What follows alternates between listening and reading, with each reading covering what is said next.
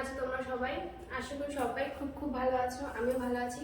তো বন্ধুরা, সরি কালকে কোনো আপডেট দিতে পারিনি। কালকে এত পরিমাণে ব্যস্ত ছিলাম, অ্যান্সার দিতে পারিনি আর তোমাদের ভিডিও পোস্ট করতে পারিনি, সরি। আর আজকে আমি বাড়িতে চলে এসেছি, তাও তোমাদের বলতে পারিনি, সরি বন্ধুরা, সরি। ঠিক আছে? তো আজকে চলে এসেছি বাড়িতে অ্যান্ড রেডি দেখো।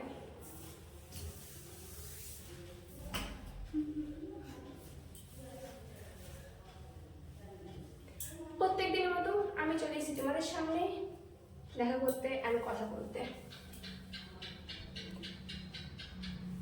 তো বন্ধুরা, কেমন লাগছে আমাকে কমেন্টসে জানিয়ে দাও।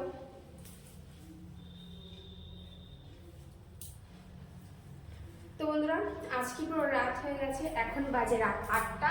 আমি এখন বানাচ্ছি রিলস। আমার সোনা ঘুমিয়ে 4টের সময়, না সরি 4টের সময় বাড়িতে এসেছি। আমার সোনা ঘুমিয়ে 5:30টার সময়, মানে 6টার সময়, 6টা বেজে গেছে ঘুমাতে ঘুমাতে। তো এখন বাজে 8টা, আর এখন ঘুমাতে উঠবে আমার সোনা, আর সারা রাত জেগে থাকবে, রাত 2টো অবধি জেগে থাকবে, কেমন? আর সঙ্গে আমারও জাগতে হবে। কালকে সারাদিন উপোস ছিলাম। রাত্রেবেলা সোনা ঘুমিয়েছে 1টার সময়, উঠেছে ও 10টার সময়, আর আমি উঠেছি সেই সকাল 6টার সময়। আর আমি এমনিতেই কালকে টায়ার্ড ছিলাম, আজকে একটু খারাপ লেগেছে, বাট এখন একদম সুস্থ আছি। রাত হতে হতে আরও টায়ার্ড হয়ে যাবো, কেন কি ঘুমাইনি কালকে সারাদিন ভালো করে, খাওয়া দাওয়া হয়নি, তো তার জন্য চোখগুলো একটু গর্তের মধ্যে চলে গেছে আমার। যাই হোক বন্ধুরা, কেমন লাগছে কমেন্টসে বলে দিও। অ্যান্ড সরি আর আমাকে একদম, মানে কি বলবো, আর কিছু বলো না, ঠিক আছে?